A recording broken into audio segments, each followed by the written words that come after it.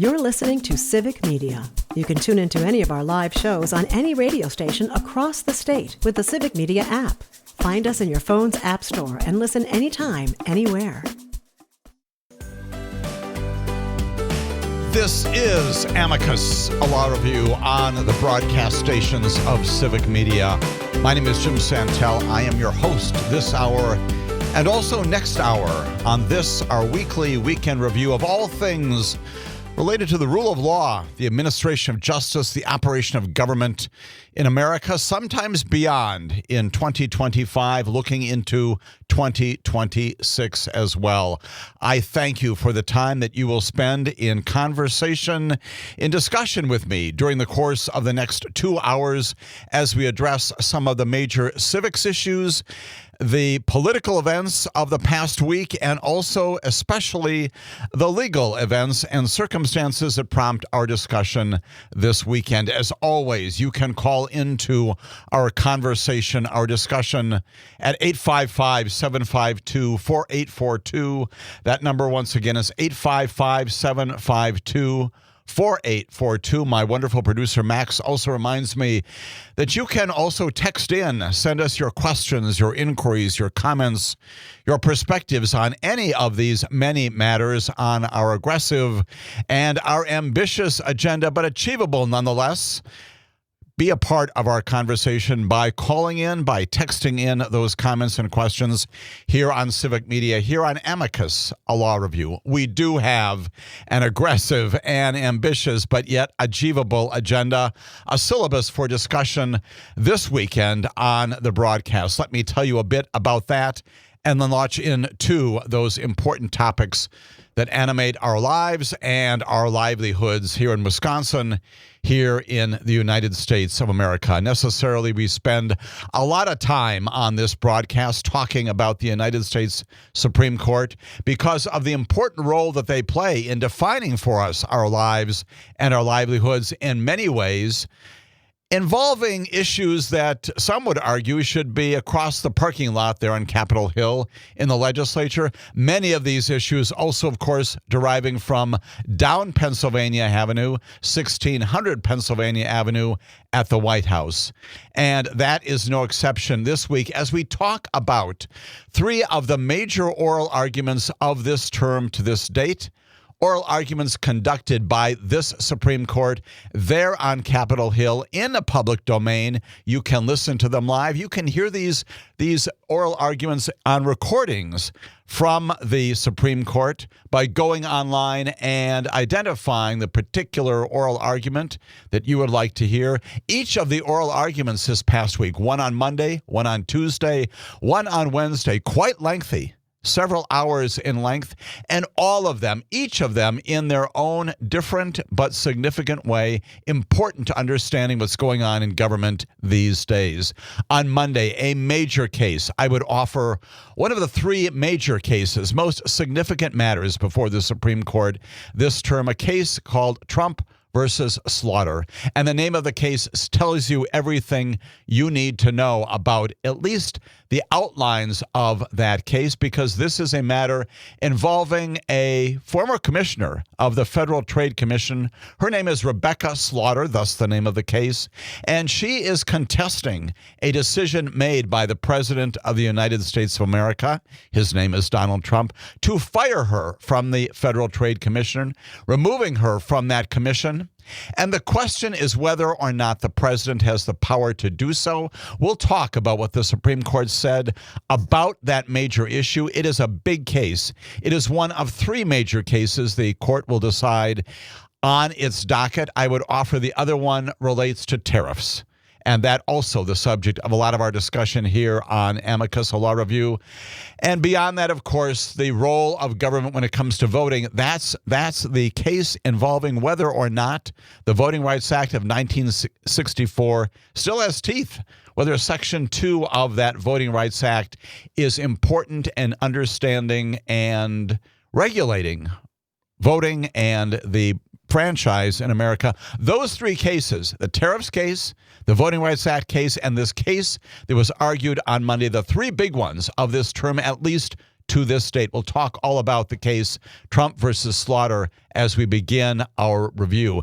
A second case on the docket of the Supreme Court this past week. They entertained it on Tuesday. A campaign finance case has sort of run under the major headlines of recent times, but it's hugely significant, again, in the area of politics and partisan campaigns coming up plainly in 2026 and beyond. Questions about the roles of political parties, about PACs, political action committees, the roles that individual candidates will play, and where you can send your money to support political action campaigns, committees, and campaigns for individuals, and also political parties.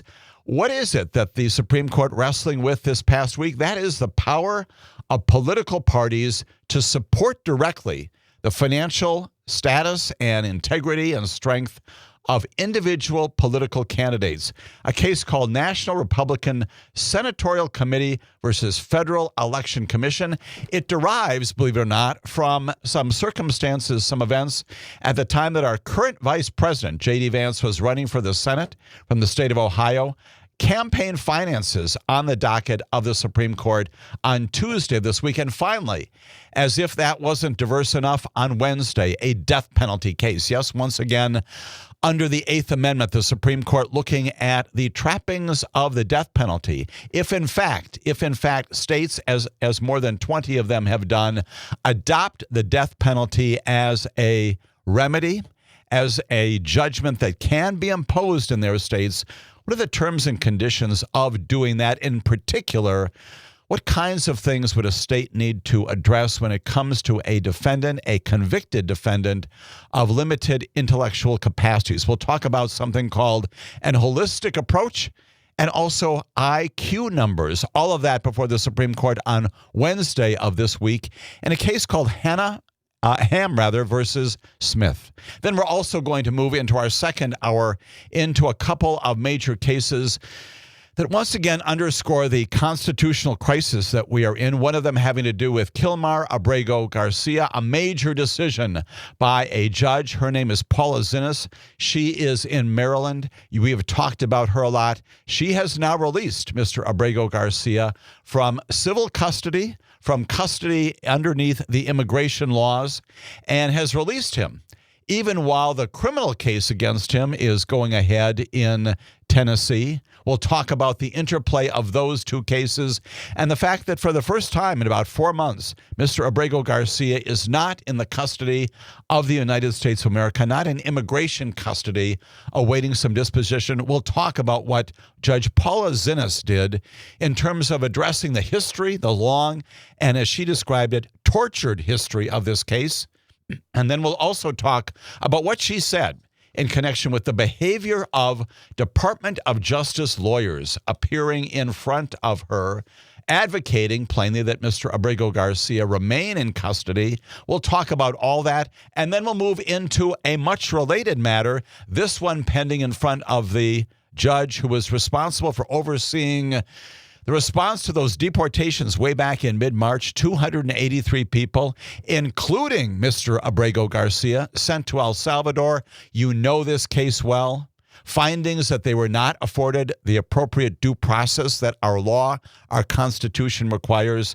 We'll talk about what Judge James Boasberg has begun to do just this past week in determining whether or not your Department of Justice, and in particular, the officials who are responsible for responding to and, yes, abiding by the things that the judge says. We'll talk about what Judge James Boasberg has begun to do and the response late this past week by the Department of Justice, by the Attorney General, her name is Pam Bondi, seeking to have what Judge Boasberg is undertaking to do next week stopped, seeking to stay what he is doing in the context of his determination about whether or not the United States Department of Justice has been and remains in contempt for failure to follow his orders with respect to the flights of those 238 people to El Salvador. We'll give you the history behind all of that. We'll talk a lot about what Judge James Boasberg has done, and we'll talk about the administrative stay just imposed late this past week to suspend that, at least for a time, while the appeals court to determine whether or not the position of the Department of Justice seeking to stop his inquiry, seeking to halt his inquiry into whether or not the Department of Justice is in contempt of court, seeking to stop all of that as the rules and the regulations and the wheels of justice go forward. All of that is coming up here on Amicus Law Review. As always, inviting your questions, your comments, your inquiries, your thoughts at 855-752-4842. Call in to Max or me, and also be a part of our discussion by sending notes, comments, questions into our text line. We welcome all of that here on the broadcast stations of Civic Media. Let's begin by talking about the United States Supreme Court. Supreme Court, as you know well, in the first months of its 2025-2026 term, it runs until September 30th of next year. But basically, the major work of the Supreme Court will be completed somewhere around the 4th of July, the 250th anniversary of our nation in 2026. We know that the Supreme Court has conducted a number of oral arguments on some of those major cases, yes, including tariffs, yes, including issues related to the future of the Voting Rights Act of 1964, and it has scheduled even more oral arguments coming up in January. It's got about 7 oral arguments scheduled for January of 2026, even after it now, as of Wednesday, has concluded its public appearances, its public oral arguments in its courtroom there in Washington, D.C. It has next scheduled oral arguments on the 12th, the 13th, the 14th, the 20th, and the 21st of January of 2026. And among the 7 different oral arguments that it is going to be conducting during that time period are 2 more major cases, not only on the docket of the Supreme Court, on its so-called merits docket, as opposed to its shadow docket, its emergency application docket. But to those 2 cases, again, attracting the attention not just of courts, but also about debate in America. One of them having to do with the presence and the activity and the sporting activities of transgender women in women's sports in America. Cases called HECOX, H-E-C-O-X. They're going to be entertaining oral argument on allegations and charges and claims and positions articulated, yes, under the 14th Amendment to the Constitution, equal protection, once again on the docket of the Supreme Court coming up in January. And another case, which is also highly relevant to what we're going to be talking about in just a few moments, that is the power of the president to terminate, to seek the dismissal of commissioners and board members. Case involving Lisa Cook. Remember her? She is the present member of the Federal Reserve. President seeking to terminate her, and also entertaining oral argument on that issue is the United States Supreme Court, also coming up in January. Much related to the first case we're going to be taking up right after this break, having to do with the capacity of the president, his power with respect to independent agencies in America. Stay with us for all that discussion here on Amicus, a Law Review. You're listening to Civic Media. Stay up to date on the latest news and information for your local community and Wisconsin by signing up for our free email newsletter. Visit civicmedia.us/email to get started. My name is Jim Santel. This is Amicus, a Law Review on the broadcast stations of Civic Media. I thank you for spending some portion of your weekend in conversation and discussion, examination with me of some of these major issues that are animating our lives and our livelihoods in the areas of the rule of law, the administration of justice, the operation of government in these incredible times in our nation and in the history of our republic. Let's begin by talking about one of those issues. Before the United States Supreme Court on Monday of just this past week. This major case, once again, affording the Supreme Court the opportunity to define the extent of the executive powers in the United States of America under the Constitution. The question in particular, whether or not a chief executive, a president, can terminate the position of a leader, of an official, a commissioner, a board member of an independent federal agency, in particular, an agency called the Federal Trade Commission. The case, again, Trump versus Slaughter, based upon the termination by President Trump of one of those commissioners. Her name is Rebecca Slaughter. She had sought review of that termination, and she got it by two lower courts that said, nope, Mr. President, you do not have the authority to terminate a commissioner in this way based upon precedent. We'll get to that in just a moment or so. And they reinstated her. And following that, the United States Supreme Court on its emergency docket effectively overruled those lower courts and said, no, we're going to suspend what the lower courts have done. We're going to stay what they have done. And we're going to send Ms. Slaughter back home once again. She and one other member of the board of the commissioners there had been terminated by the president, not based upon cause, not based upon negligence or malfeasance or some other reason that could support her termination, but rather because the president does not appreciate, does not enjoy the ways in which she does her job for political reasons, views her positions when it comes to FTC decisions in the areas of its jurisdiction as contrary to his views. And that leads us this weekend on Amicus Law Review to engage in some lengthy history, because it's important to understand not only how important this oral argument and the disposition of this case is, but also the fact that the Supreme Court has done this before.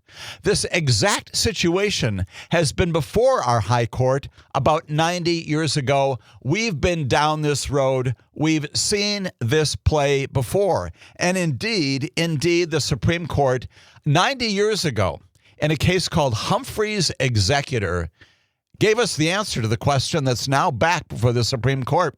The precedent set back in 1935 was that the president did not and does not have the authority to do this with respect to these independent agencies created by the Congress expressly for the purpose of being independent, from being away from the political and partisan decisions of any president. And we'll get to the merits of that in just a moment. After we talk about the history of this, we're going to go back to 1933. The president was Franklin Delano Roosevelt. America had just elected him. He was carried into the White House, as history will tell us, by a promise to return the country to some level of prosperity following the stock market crash and the economic calamity that he had inherited from some of his predecessors. As he was moving in that direction, he came upon an individual, and his name is Humphrey. And Mr. Humphrey happened to be appointed to the Federal Trade Commission. Humphrey grew up, interestingly, in a small town in Indiana, practiced law northwest of Indianapolis for a while before moving to Seattle.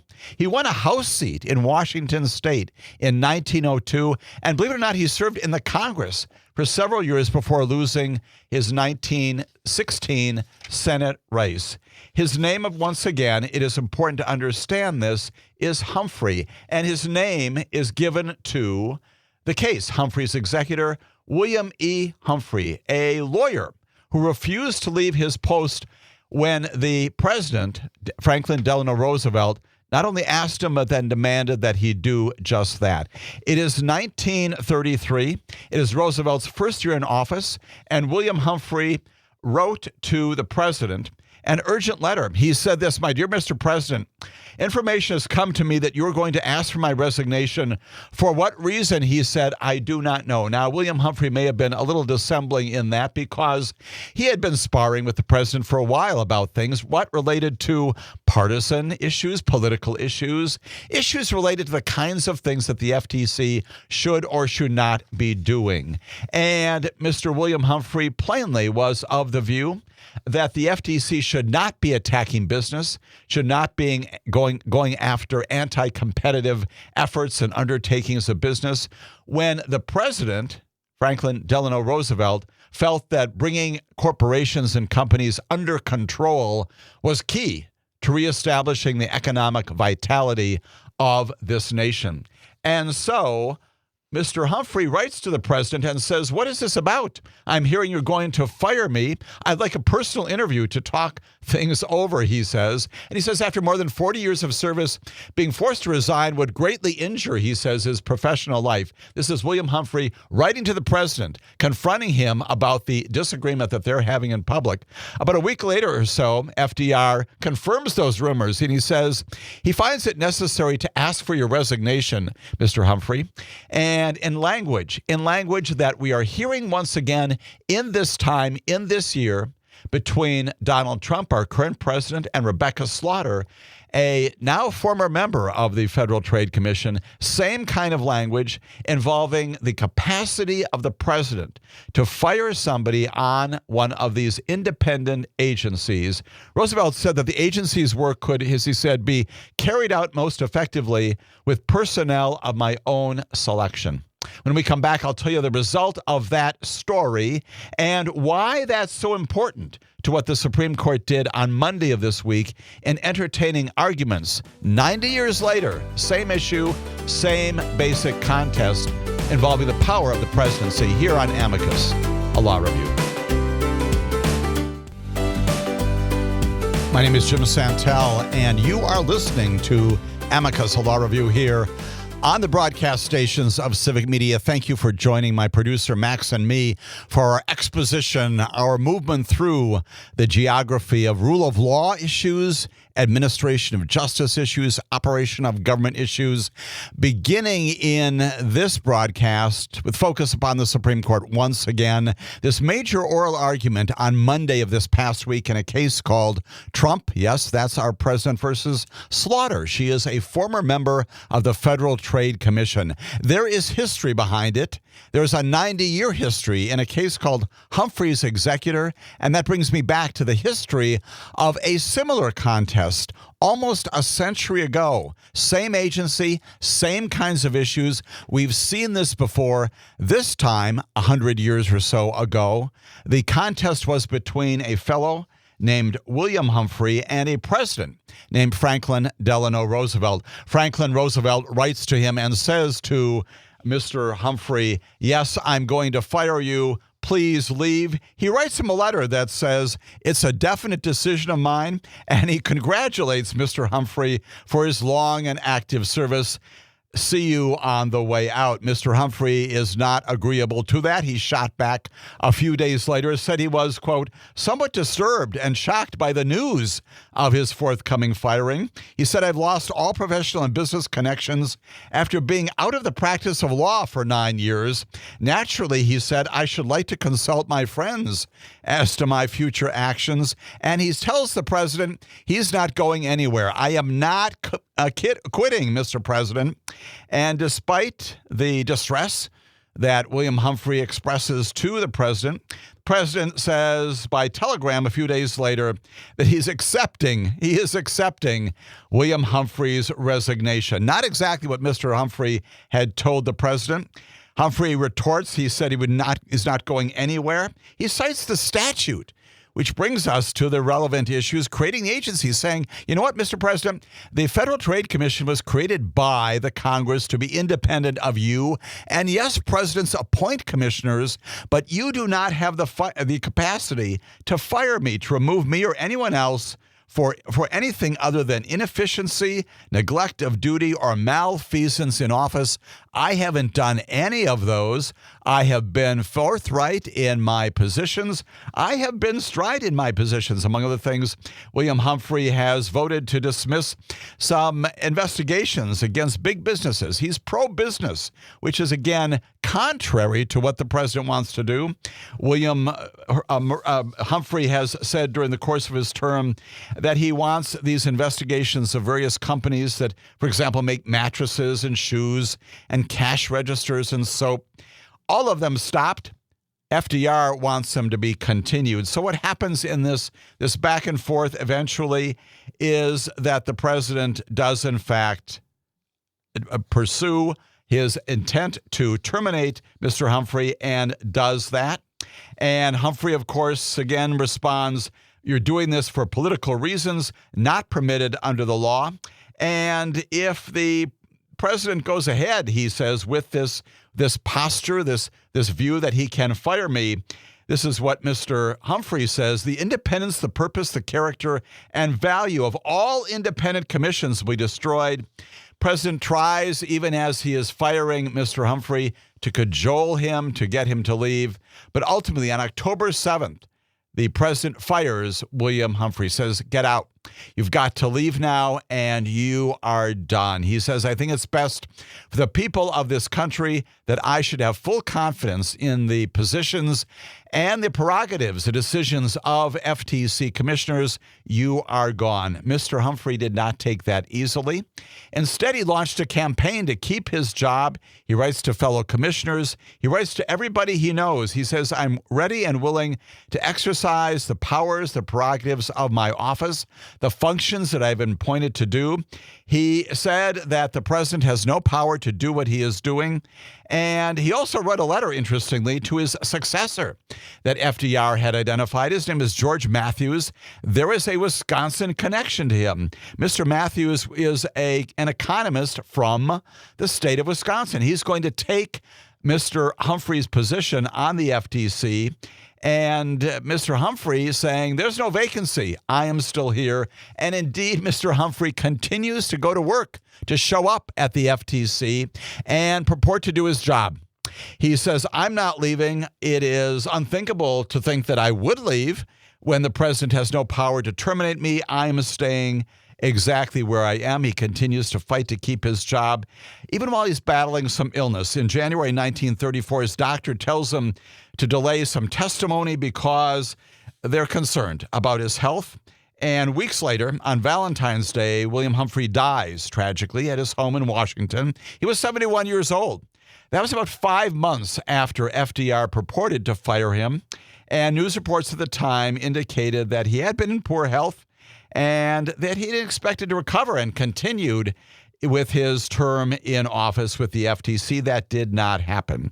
But even though Mr. Humphrey died 5 months after the termination, the legal issue was only beginning. And again, it has its tendrils from all of that history into 2025 and 2026. What happens in the wake of Mr. Humphrey's untimely death? The legal fight goes on. His estate files a claim with the United States government and said Mr. Humphrey, improperly and not at all fired, showed up for work for 5 months. He is entitled to all the pay that he would have otherwise gotten from the time of FDR's termination of him, purported firing of him, until the time that he died, when plainly he stopped showing up. "Please give us that money," his estate said. Thus the name of the case, Humphrey's executor. The executor of the estate is the one who advances this claim, pressing forward, arguing that the deceased commissioner was illegally fired. His estate was entitled to that back pay. Makes its way up through the courts. The courts say, yes, indeed, William Humphrey is right, and FDR, Mr. President, you are wrong. You do not have the capacity to fire someone in this position, and therefore, Humphrey's executor, you win. We're going to give you all the money that Mr. Humphrey otherwise would have been entitled to had he remained alive during that 5-month period. May 27th, a day that's also known as Black Monday, because the Supreme Court on that day issued a whole string of decisions striking down some New Deal programs, including its case decision in this matter called Humphrey's executor, saying, you know what?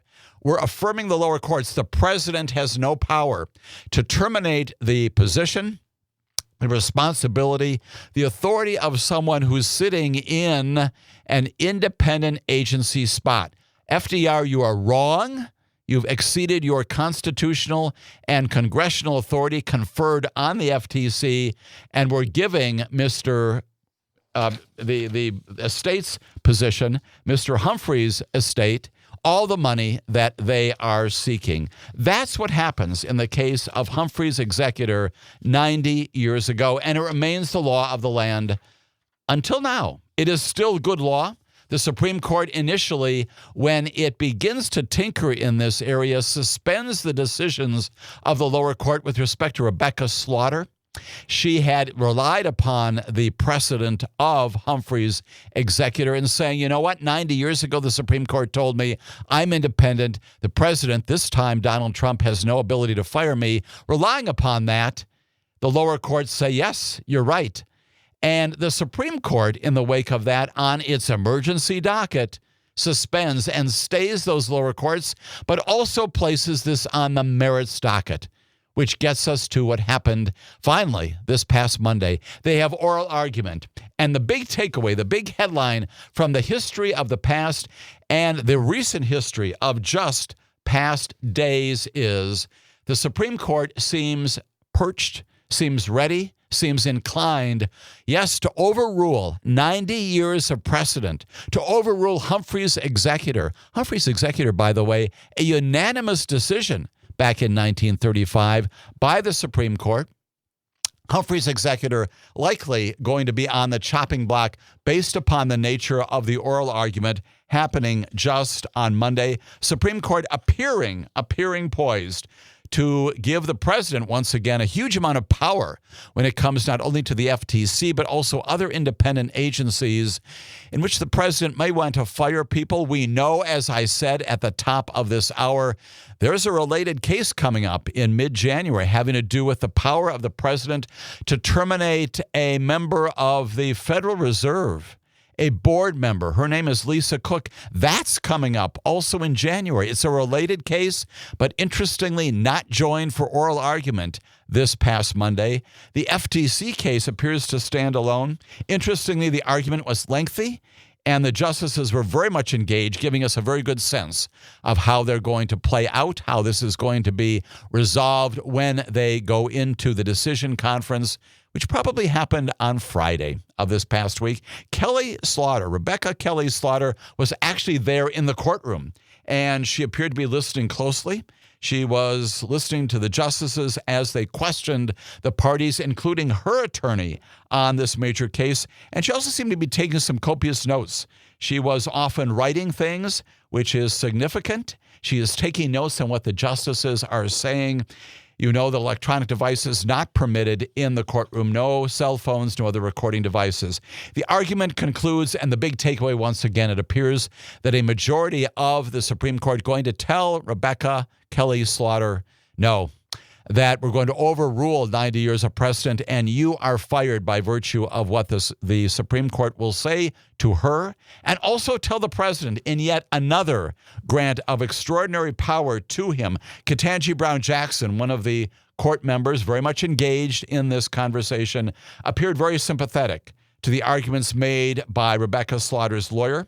He said that there are real-world risks that are palpable. He cited concerns about other agencies, like, for example, the Federal Elections Commission, also independent of the White House. What about the Nuclear Regulatory Commission, he said, and technical determinations made by people on that commission? If an order goes forward granting this permission to fire here, that could also apply in all of these other areas. He said they must be insulated from politics. We know as well that there was something else from history that came about, not only a lot of discussion about Humphrey's executor, along the way, the Chief Justice of the Supreme Court, calling Humphrey's executor that old case, that 90-year-old case, he called it a dry husk, H-U-S-K, a dried husk. That gives you a pretty good sense about how the Chief Justice is going to resolve this particular case. There was also something called the Sinking Fund Commission. Came up several times. It's arguably the first commission ever established with an independent authority of the White House. It was created in 1790 by the first Congress, 5 members, to approve settlements and payments made to pay the war debts in our American Revolutionary War. On the commission was the vice president and Alexander Hamilton, the Treasury Secretary. The Secretary of State, his name was Thomas Jefferson. Plainly, a high-powered commission and operating independent of the White House, even back then. Why? Because they didn't want these decisions to be made upon political or partisan views about who should get compensated and who should not. Justice Roberts, again, articulating his view that the precedent here is a dried husk. When we come back, I'll tell you a little bit more about what the Supreme Court did as we think about the future of this major case pending before the highest court in our land here on Amicus, a law review. You're listening to Civic Media. Find the latest news, information, and archives of all your favorite shows on the Civic Media website, civicmedia.us. This is Amicus, a law review. My name is Jim Santel. I thank you for spending some portion of your weekend in this, our discussion about the powers of the presidency going forward once again on the docket of the United States Supreme Court in this case called Trump versus Slaughter, testing whether or not any president, including the current president, has the power to terminate the position, to fire people on these independent commissions, a tradition that we've had since 1790. When people like Thomas Jefferson and Alexander Hamilton served on the very first of these commissions called the Sinking Fund Commission, doing so independent of the White House. Why? Because you don't want them to be making decisions that are political or partisan in nature. That tradition has continued, as we know, through this case called Humphrey's Executor in 1935, in which the Supreme Court reaffirmed in the early part of the 20th century that fundamental notion: presidents got no capacity to do it. Now on the chopping block, the history of this particular arrangement between these independent agencies and the presidency, now apparently going to be eviscerated, erased by the Supreme Court, changing history for the first time in 235 years. What do we know? How do we think that that will probably be the case, even as the Supreme Court has not yet issued its decision? Well, we know about some of the things that the Supreme Court justices said during the course of the oral argument. Justice Amy Coney Barrett, for instance, said there's been an eroding of Humphrey's Executor over the years, basically saying, well, it's no longer got the power that it normally did in previous years. Neil Gorsuch contends that Humphrey's Executor was poorly reasoned from the start. Unanimous opinion 90 years ago, badly done, Neil Gorsuch says. And as I've indicated, perhaps the strongest indication of how this is going to go, the Chief Justice himself said, this is a dried husk of whatever people used to think. John Sauer, again, is the Solicitor General who's arguing on behalf of the president, on behalf of your Department of Justice. According to Sauer, he says, the president is answerable to the voters, but agencies like the FTC and all these others have no boss, he said. According to Sauer, the president must have the power to control administrative agencies, and the one who has the power to remove is the person that they have to fear and obey. Fear and obey. That's the way that your Solicitor General described the roles and the positions of these independent commissioners and board members just this past week. Most of the justices appeared to accept that position. Not everybody. Plainly, Ketanji Brown Jackson and Sonia Sotomayor and Elena Kagan taking a very different view. Justice Kavanaugh, likewise, throwing his lot in with the majority. At some point, John Sauer says he is insisting that, you know what, this is not that big a deal. The sky will not fall, he says. And in fact, we're going to be promoting in a greater and better understanding of how government should work. The sky will not fall, he says to the members of the Supreme Court. And that prompts Sonia Sotomayor, one of the likely dissenting voices in this ultimate opinion. She warns that his argument, what you have said, Mr. Sauer, is effectively going to let the president do more than what the law permits.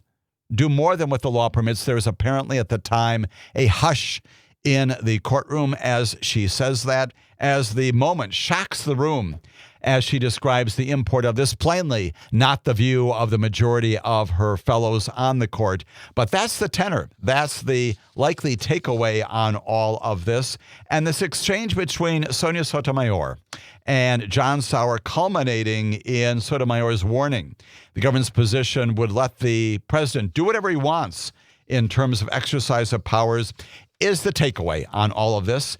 And that is why we have spent so much time talking about it in this, the first hour of our broadcast. That is because along with the decision that this Supreme Court made in its previous term, July 1 of 2024. You recall that's the case involving Donald Trump and the United States of America.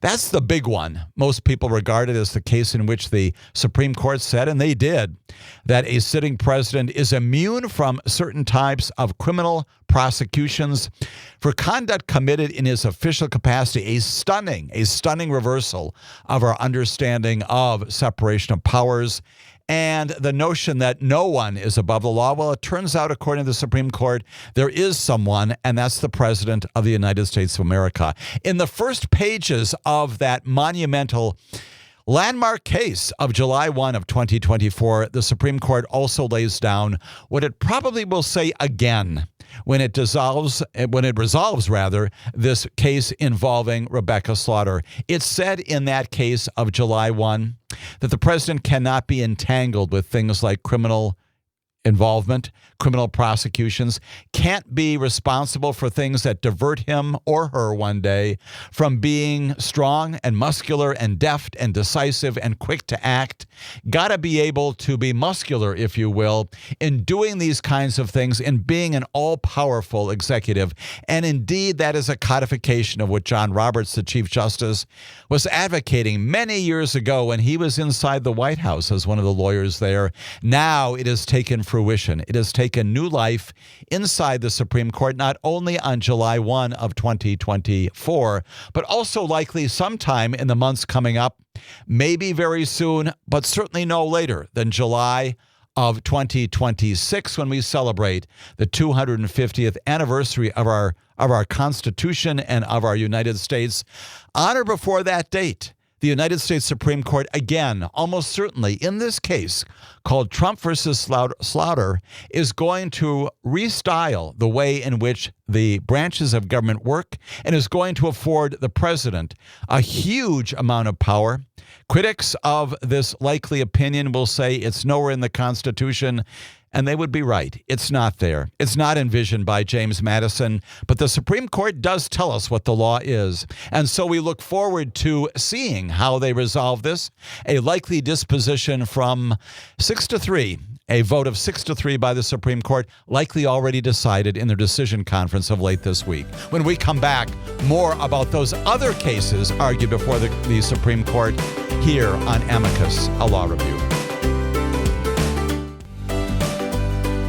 This is Amicus, a law review here on the broadcast stations of Civic Media. This is the second hour of our weekend broadcast, focusing, as we often do, on the United States Supreme Court. Why? Because the things that the Supreme Court decides in ways big and small affect us all in major ways. We spent all of the first hour of our broadcast this weekend talking about this major case that implicates the powers of the presidency under the Constitution, and in particular on whether or not the president can fire members of independent agencies. It is, in effect, a codification. That is, the argument is a codification of the unitary executive theory, this thing advanced in Project 2025 that establishes or would establish in the chief executive a huge amount of authority.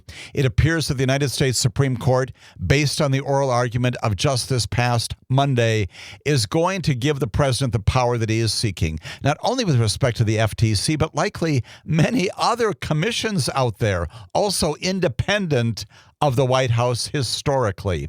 We will see what happens there. We plainly will monitor that and report on exactly what the Supreme Court does in the end. Likely they have decided that case already in a decision conference of late last week, probably assigning right now who's going to write the majority, who's going to write the dissenting opinion in that. The case, once again, is Trump versus Slaughter. There's another case on the docket of the Supreme Court, arguably just as controversial because this one affects campaign finance laws. The case involves the capacity of political parties, the Republican National Party, the committee, the Democratic National Committee, to fund directly or at least to support in greater amounts the individual candidacies of candidates running for office.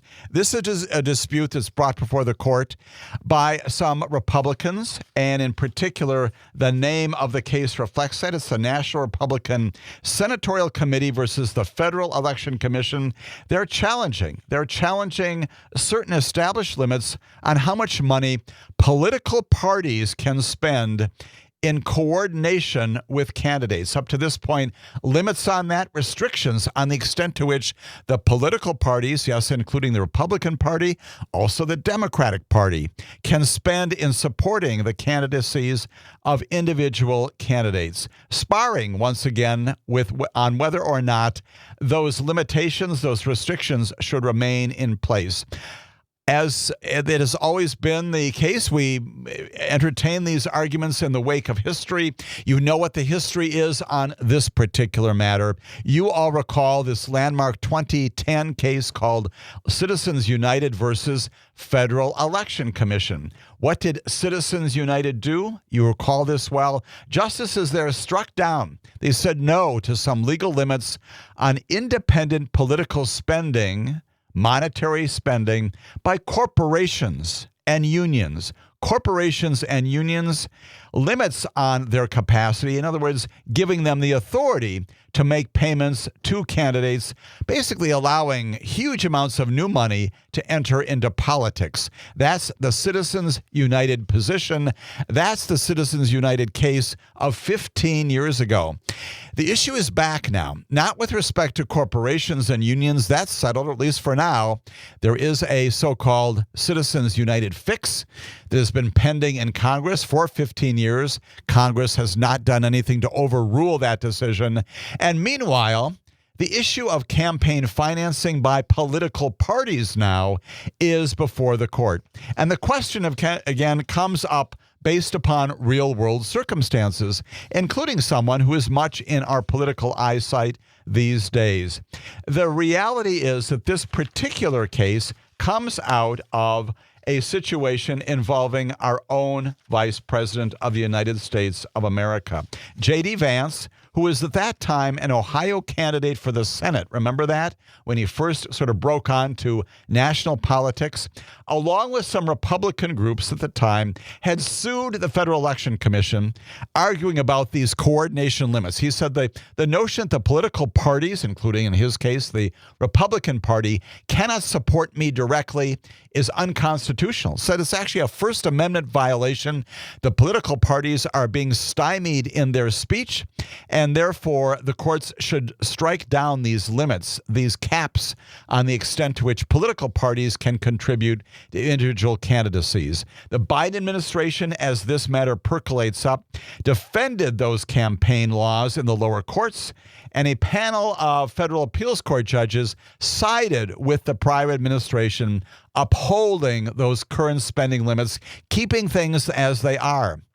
Republican groups then asked the justices to weigh in, which is their right. They appealed this to the Supreme Court. The Supreme Court granted what's called a writ of certiorari, said, yes, we'll review this entire situation again in the wake of Citizens United, this time determining whether political parties have the capacity to support individual campaigns and candidates at a greater level than they have been able to do.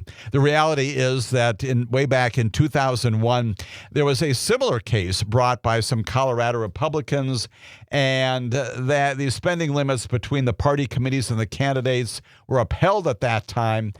But in arguments on Tuesday of this week, the Deputy Solicitor General, her name is Sarah Harris, she's also in John Sauer's office, argued that that precedent had been demolished, she said. And she told the justices that the Trump administration, different from the Biden administration, now viewed these current limitations as an important free speech issue. And she said, get rid of those limitations. She said this, she said, regardless of how this works out in terms of who gets more money when and who does what with the money, the bigger issue is Is there a restriction right now that is encroaching on truly central campaign speech?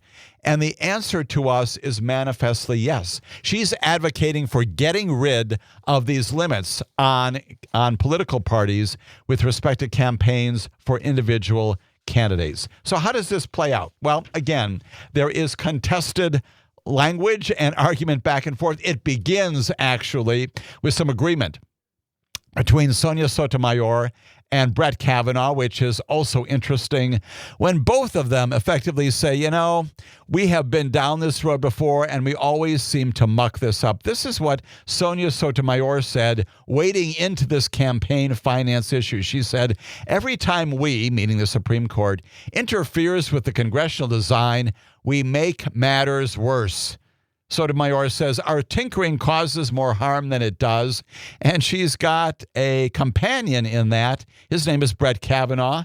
He says that I'm concerned also about some of the fallout of the court's campaign finance decisions in the past. He says he's worried that, as he said, the combination of campaign finance laws and this court's decisions over the years have together reduced the power of political parties as compared to outside groups, with negative effects on our constitutional democracy. Again, suggesting that maybe we have to reverse this, but also along the way, this has been a mess. And indeed, it's not clear from what the Supreme Court justices did on Tuesday exactly how this is going to play out because, well, it's clear that Sonia Sotomayor and Ketanji Brown Jackson and Elena Kagan advocating for retaining these restrictions, limitations on political parties. The other members of the court asking questions sort of in all directions and not entirely clear exactly how this is going to play out. And so why is this so important? Why is this case so meaningful? Well, it has to do, yes, indeed, once again, with money, big money, small donors, and it has to do with advertising. And for that reason, it's going to change dramatically the kind, the nature, the frequency, in particular, the number of ads that you see in 2026. If the Supreme Court keeps things exactly as they are, yes, you may feel that you're going to be flooded once again, but this will be a very different climate, a very different geography if the Supreme Court grants the petitioners, in this case, the Republican Party bringing this case to it, if it grants the request to unleash the powers of these political parties, again, it would apply to both parties, Republicans and Democrats alike. If they do that, it will certainly change the way in which advertising is on your screens and on the airways in 2026 in this major year in American history. Why is that very, very important? Well, it also involves political action committees. And of course, we know that political action committees, much a part of this. Experts say, as they look at political action committees and they look at individual candidates and they look at the political parties who are at the core of this, that a win here for the petitioners, for the Republican Party, would have an immediate practical impact on the midterm elections coming up in 2026. Shrinking, again, this is a partisan perspective, but shrinking dramatically one of the Democratic Party's major financial advantages. And what is that? As people from both sides of the political aisle look at this, they say that is lower costs for political candidates who directly buy broadcast advertising time. Now, what does that mean? Let's try to unpack that a little bit, what elections observers and political pundits are saying about all this. Under federal law, we know that broadcasters are obliged to offer political candidates, the individual candidates, low advertising rates. But they are not required to give super PACs those same low rates. So super PACs often pay double, sometimes even triple, sometimes even 4 times as much money for the same TV spots as do individual candidates. And so in recent years, it has been a part of the records of the Federal Election Commission that Democratic candidates in America have tended to vastly outraise Republican candidates who have been more reliant on the support of those super PACs and national party committees, which gets us back to this particular case. Those parties and the super PACs can accept the larger donations, And that's the rub here. In practice, all this means that Democratic candidates have been able to take advantage of those lower ad rates more often than Republicans. That's just the way it has played out economically in these campaigns. And so why is this all important once again? Well, an individual donor can give only $3,500 to a candidate for both a primary and general election in the federal system during an election cycle. A donor, any donor, political party, a donation, a PAC donation, whether a Republican or a Democrat, can give up to $44,300 to a national party committee's general fund every year. Can also give hundreds of thousands of dollars to more specialty accounts. So it depends on where the monies go.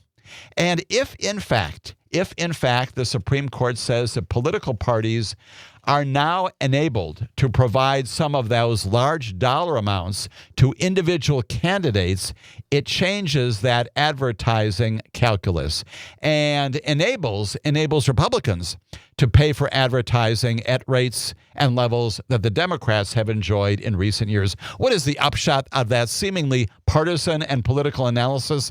That's really just based upon history and the economics of all of this. And that is if the Supreme Court, if it does decide to get rid of these finance limits for political parties, what it means is a whole lot more advertising. Yes, from Republicans, but also certainly from Democrats in the coming year, and also changing the ways in which big money and dollars at that category come into our political campaigns. When we come back, we'll do yet another case before the Supreme Court this past week. All that on Amicus, a law review. This is Amicus, a law review. Spending a lot of time in this broadcast this weekend talking about the Supreme Court, these major oral arguments of recent days in which we can pull some sense of how the Supreme Court may be at least addressing the issues, if not resolving them completely.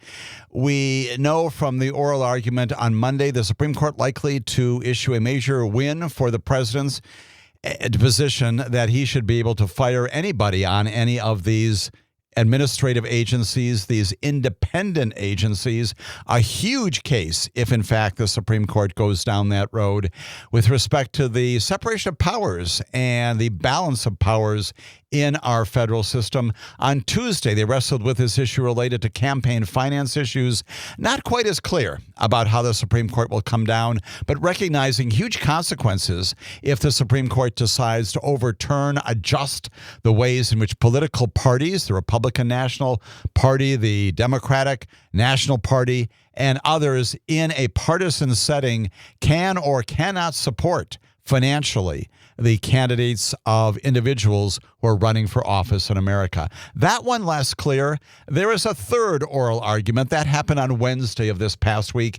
And once again, the tea leaves likely indicate a majority of the Supreme Court going in one direction. Completely different from powers of the presidency and independent agencies, completely different from campaign finance issues. This has to do with the death penalty in the United States of America. Again, a hot topic that the Supreme Court does periodically take up.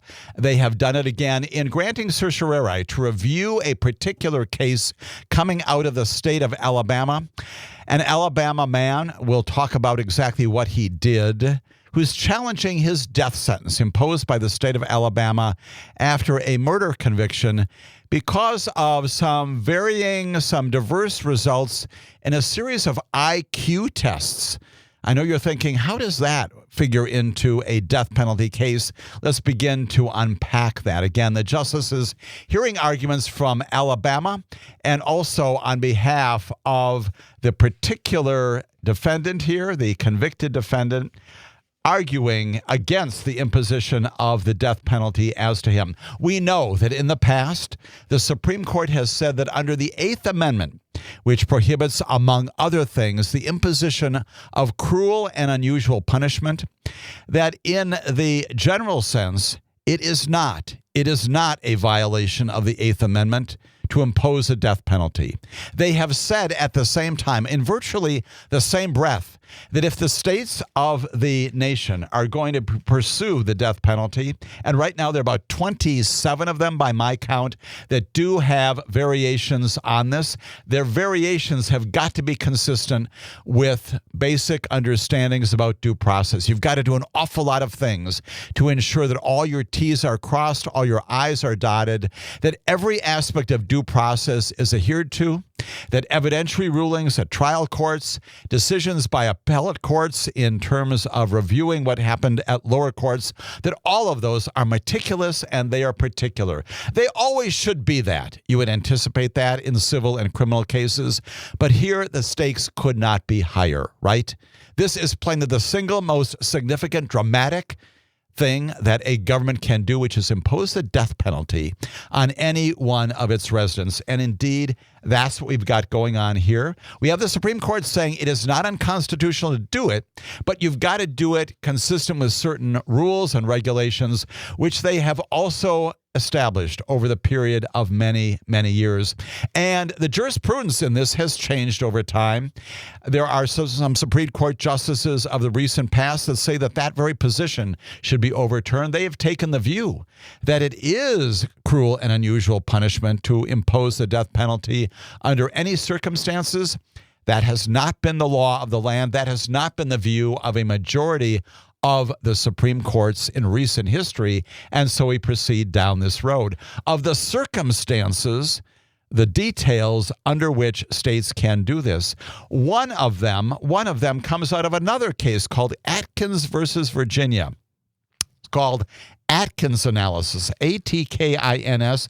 It gives states the leeway to determine their own processes, their own procedures, their particulars for deciding who may be intellectually disabled, who among the folks on death row is not entitled, is not subject to death penalty imposition because of certain mental disabilities, and therefore can raise the issue of intellectual disability in opposition to the death penalty being pursued by the state. What is this all about? In Atkins, the Supreme Court said that before you can impose the death penalty, you've got to ensure that the person who is the subject of that ultimate imposition has the intellectual ability to appreciate the nature of what's going on here, to appreciate the consequence, certainly, of what he or she did, but also the significance of the penalty. It has to do with deterrence. And in fact, if the person does not have the intellectual capability, has some mental disabilities that suggest that that person does not appreciate what is going on, you cannot impose the death penalty upon that person. That's the case of Atkins.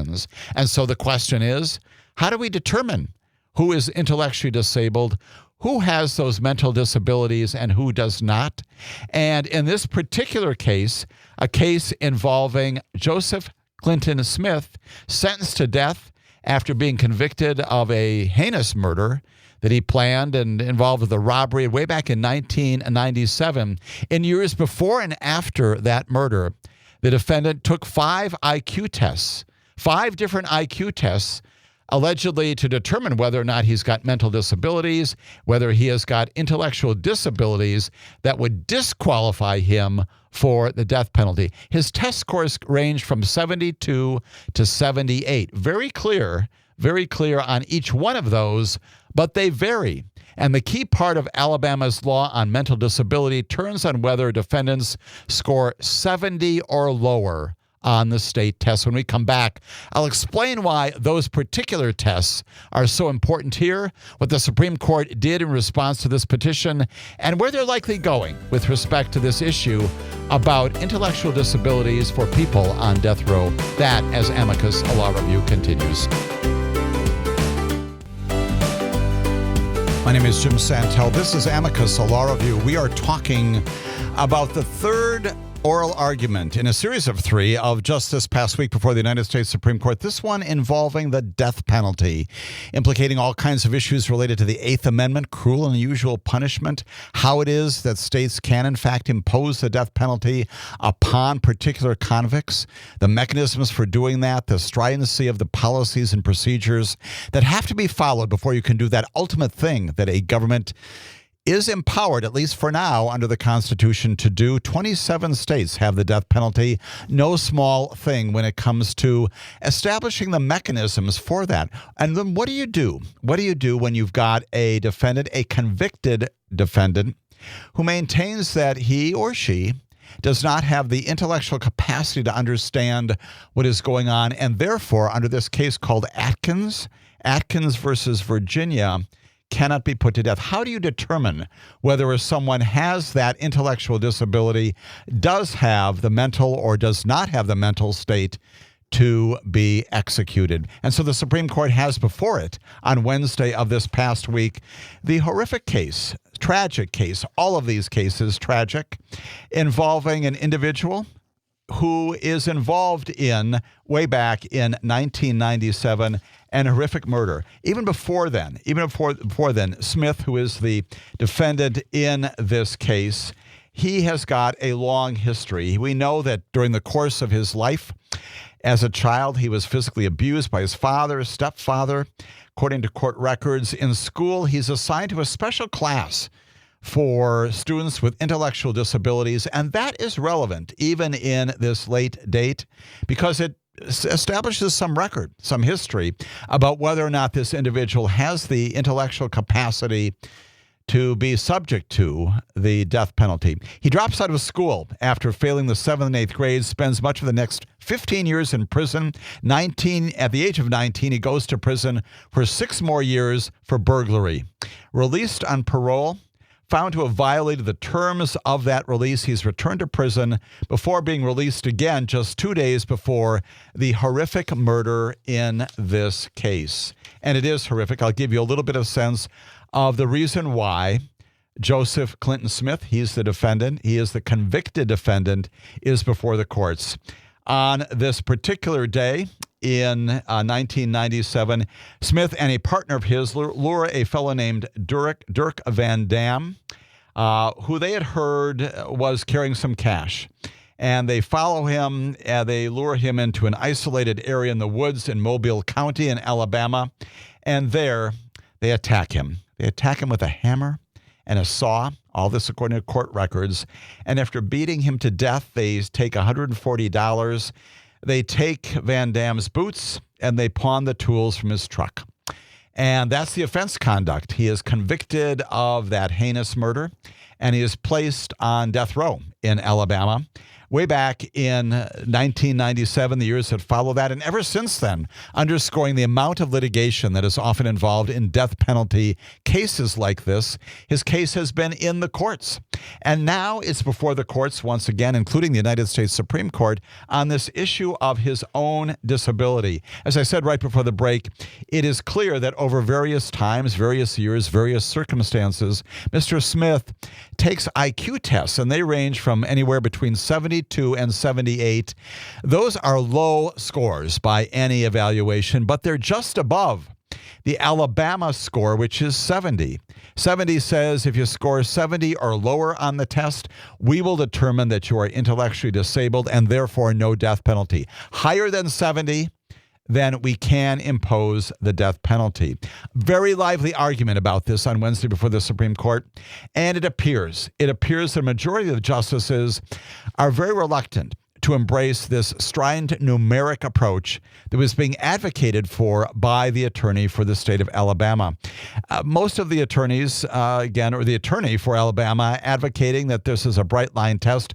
Most of the members of the Supreme Court finding that uncomfortable and, in fact, suggesting that it's too rigid a test, in part because it would not permit the lower courts to account for other evidence, right? Other things that may be a part of Mr. Smith's life and his intellectual capacity that lower courts should know about in determining whether or not he is truly intellectually disabled. So the attorney for Alabama suggests that this matter, the highest score before the court, should be given the highest weight.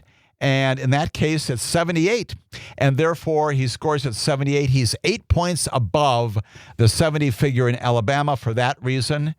And because of all of the applications of Alabama law that are dependent upon that numeric calculation, for that reason, Mr. Smith can and should be executed. Prompts skepticism from Chief Justice John Roberts and from Brett Kavanaugh as well, right off the bat. And the Chief Justice says, you can see why that might be regarded as a little results-oriented. That's probably a dramatic understatement. Once again, all three of the so-called liberal justices are concerned, to put it lightly, about this numeric analysis being advanced by the state of Alabama. And Justice Elena Kagan in particular says that if the defendant here has received these scores, you have to leave open the door, she said, to a person's evidence. She's talking about something beyond just the scores themselves. Most of the justices seeming to embrace what's called an holistic approach, HOLISTIC, an holistic approach in which the judges at the lower courts can take into account other things beyond just the numbers. When you have someone like Mr. Smith, whose IQ scores are admittedly very low, but whose scores are hovering just above the 70 line in Alabama. The Alabama law, basically advocated for by the attorney for Alabama, says that to avoid execution, defendants like Mr. Smith required to show, and this is what the law says, significant sub-average intellectual functioning at the time of the crime was committed. They have to show some significant deficits in adaptive behavior, adapting to the world around you, for example, at the time the crime was committed. And they also have to show that these problems manifested themselves before the defendant reached the age of 18. All of that suggesting that the lower courts should indeed, as the majority of the Supreme Court seem to say, be taking into consideration, yes, IQ scores, but things beyond that in this holistic approach to determining the capacity of a defendant on death row. Justice Sam Alito disagrees with that. He seemed to disagree with it in any event. He suggested a person like Mr. Smith who claims intellectual disability has to, as he said, meet some concrete standard in the interest of greater consistency and predictability, he said. Otherwise, Alito said, everything is up for grabs. That was Sam Alito during the course of the oral argument on Wednesday. Appears in the end that he will be in the minority on that position, but we don't know yet. We'll see what the Supreme Court does, underscoring once again the significance of these cases before the Supreme Court.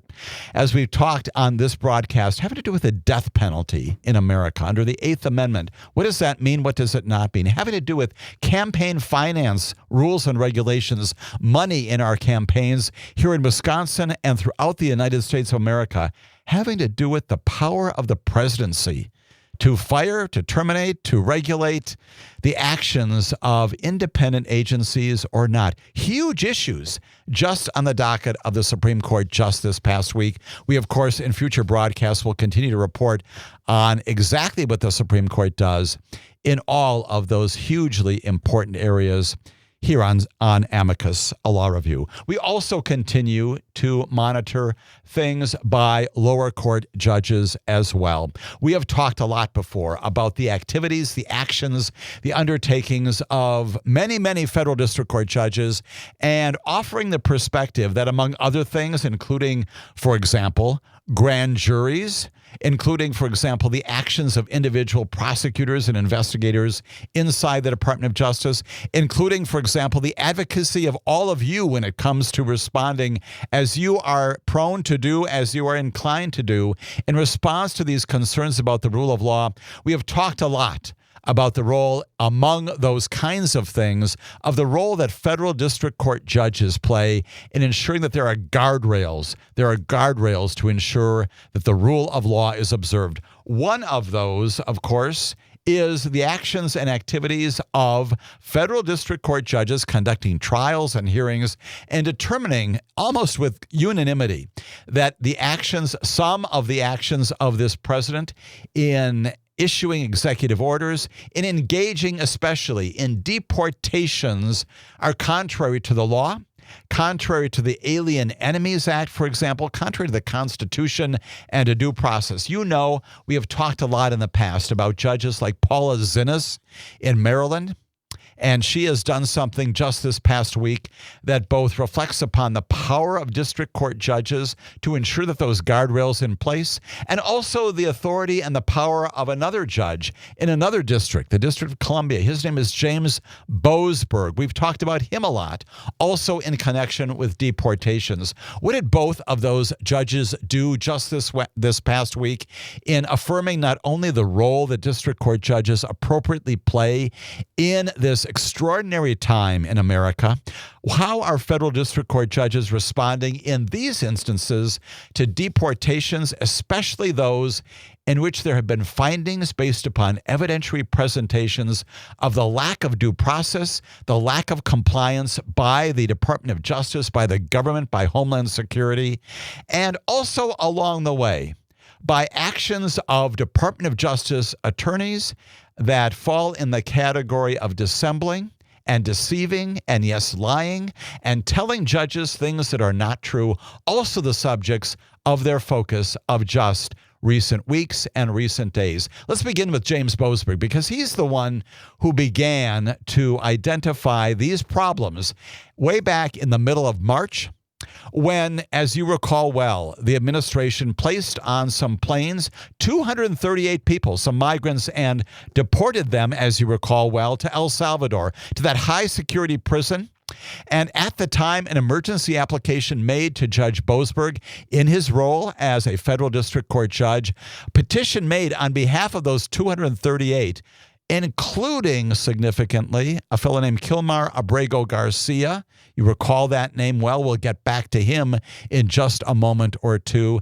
The judge looking at all this and saying that absent information, absent proof that all of those particular individuals have been afforded due process, even if they are deportable, even if they should be deported based upon their conduct, no evidence of due process, which is required by our law and our Constitution. And so what he does is he says, turn those planes around if they haven't taken off.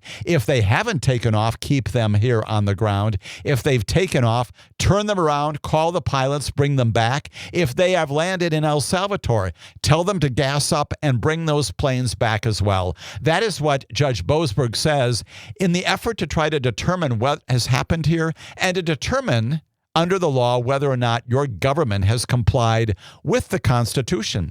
And what he does is, in the weeks and days and, yes, months that follows, he tries to get answers to the question about what the government did at that time to abide by his directives, by his orders, his clear orders to turn those planes around, to bring those 238 back. And he has been stymied in that effort by a Department of Justice that has said no. When we come back, I'll tell you the result of that, what happened just this past week, and we'll also talk about Kilmar Abrego Garcia and what happened with him in a federal district court before Judge Zinnes in Maryland, as we return right after this. This is Amicus Law Review. My name is Jim Santel. We are talking about these rule of law issues percolating up and out of federal district courts, one in the District of Columbia, one in Maryland, all having to do with the deportations in the spring of this year, about 238 people to El Salvador on those planes, one of them named Kilmar Abrego Garcia. Let's get back to talking about what the judge in Washington, D.C., his name is James Boasberg, is attempting to find out about what happened way back in March when, in fact, those planes, even though he directed them to return to America, to return those 238 people here to determine judicially whether they should be deported or not, when that didn't happen, what happened there inside the United States Department of Justice? The judge initially began this inquiry a long time ago. That was suspended when the the Department of Justice sought a review by the appellate court to stop that review taking place. Recently, the appeals court has permitted James Boasberg to go ahead again with his inquiry. And indeed, just this past week, Boasberg has recently ordered the testimony of a former Department of Justice employee. His name is Erez Ruveni. He has since made a whistleblower disclosure about the failure to halt those flights that took more than, again, 200 people to Venezuelan men to El Salvador. The testimony that Judge Boasberg is looking for is to determine what exactly did Erez Ruveni and others know about that, what kinds of representations made. There's another person who's also in the focus of Judge Boasberg. His name is Drew Ensign. He's another DOJ attorney on the case, and he was also called to testify in front of the judge. Now, why is this all important? Ruveni was present for meetings as the Trump administration began to pursue this deportation, including a March 14th meeting where a particular member of the leadership of the Department of Justice, his name is Emile Beauvais, apparently told litigators and lawyers in the Department of Justice that the Department of Justice would have to consider telling the courts no, and that's a diplomatic way of saying something much more dramatic, and telling them to ignore the orders of courts. Documents previously provided by Erez Ruveni show some frantic emails of his on the night of March 15th, even as these petitions are made to stop the planes. Materials also suggest that Drew Ensign may have lied to Boasberg about these pending flights. And in particular, one of them says he knows they're being removed and he knows about the flights. The judge wants to get to the bottom of all of that and has called those two, Ruveni and Ensign, before him and has begun to initiate this inquiry into whether or not the Department of Justice should be held in criminal contempt of his orders with respect to those planes. What has happened late this past week? The Department of Justice gone to the appeals court a second time and said, stop the judge from making this inquiry. Stop the judge from pursuing this. Quash the subpoenas, basically. Do not require these attorneys to come forward to tell the judge what they know about what was happening in mid-March. And the appeals court, at least late this past week, has entered an administrative stay to stop those proceedings from going forward while it can address the legitimacy of this contempt proceeding hearing. And so this is an issue. This is a matter, a circumstance that is still much in flux. We'll see what the appeals court does in this coming week, even as James Boasberg holds out the prospect that based upon the misrepresentations made to him, what he has called lies and deception, that he wants to get to the bottom of that. He wants to know who directed what, when, at what level of the Department of Justice these decisions were made. He believes that these two lawyers have the keys to that information, and he is asking for their testimony. Not yet before him, but coming up arguably soon, depending upon what the appeals court does. Not too far away, we've got the companion case. You know what this is all about. This involves Kilmar Abrego Garcia. This is Paula Zinnes. She is a federal district court judge in Maryland, and she has been handling the civil immigration matter, not the criminal case involving Abrego Garcia. She's been determining whether or not the United States of America, the agencies responsible, Department of Justice, Homeland Security, have been acting properly when it comes to detaining Mr. Abrego Garcia. In the end, late this past week, ruling by Paula Zinnes, major ruling, said it was troubling that the Trump administration had kept Kilmar Abrego Garcia in custody for 4 months without following through on his pledge to re-expel him, and in particular finding that they had detained him for that 4-month period without lawful authority, despite repeated vows to re-expel him from the country. 31-page decision coming from Paula Zinnes. She said she had little choice but to release him because something remarkable had not happened, and that is the government had never obtained a valid order for his removal from the United States of America. The judge also recounted the very tortured history The words she used to describe this, including the misrepresentations made to her about the capacity of the government to send Mr. Abrego Garcia to various other countries. She is also entertaining the possibility of contempt proceedings there, not at all pleased by what the Department of Justice has done there. And as of late this past week, finding the legal insufficiency of the position of the government and its misconduct, releasing Abrego Garcia into his own custody and directing that the Department of Justice, Homeland Security do not pick him up again while all of this is pending, including the criminal case in Tennessee. More on that plainly coming out from Paula Zinnis's courtroom in the future.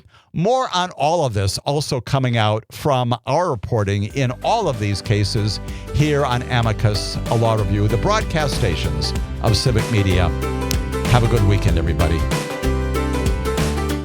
The national news cycle never stops, but it can be hard to find news about your local community. Civic Media is dedicated to providing quality local and state news coverage across Wisconsin. With the Civic Media app, you can get notifications about local stories that matter to you and your community. Find the free Civic Media app in your phone's app store and choose notifications from the menu to tell us what kind of news you want to hear about.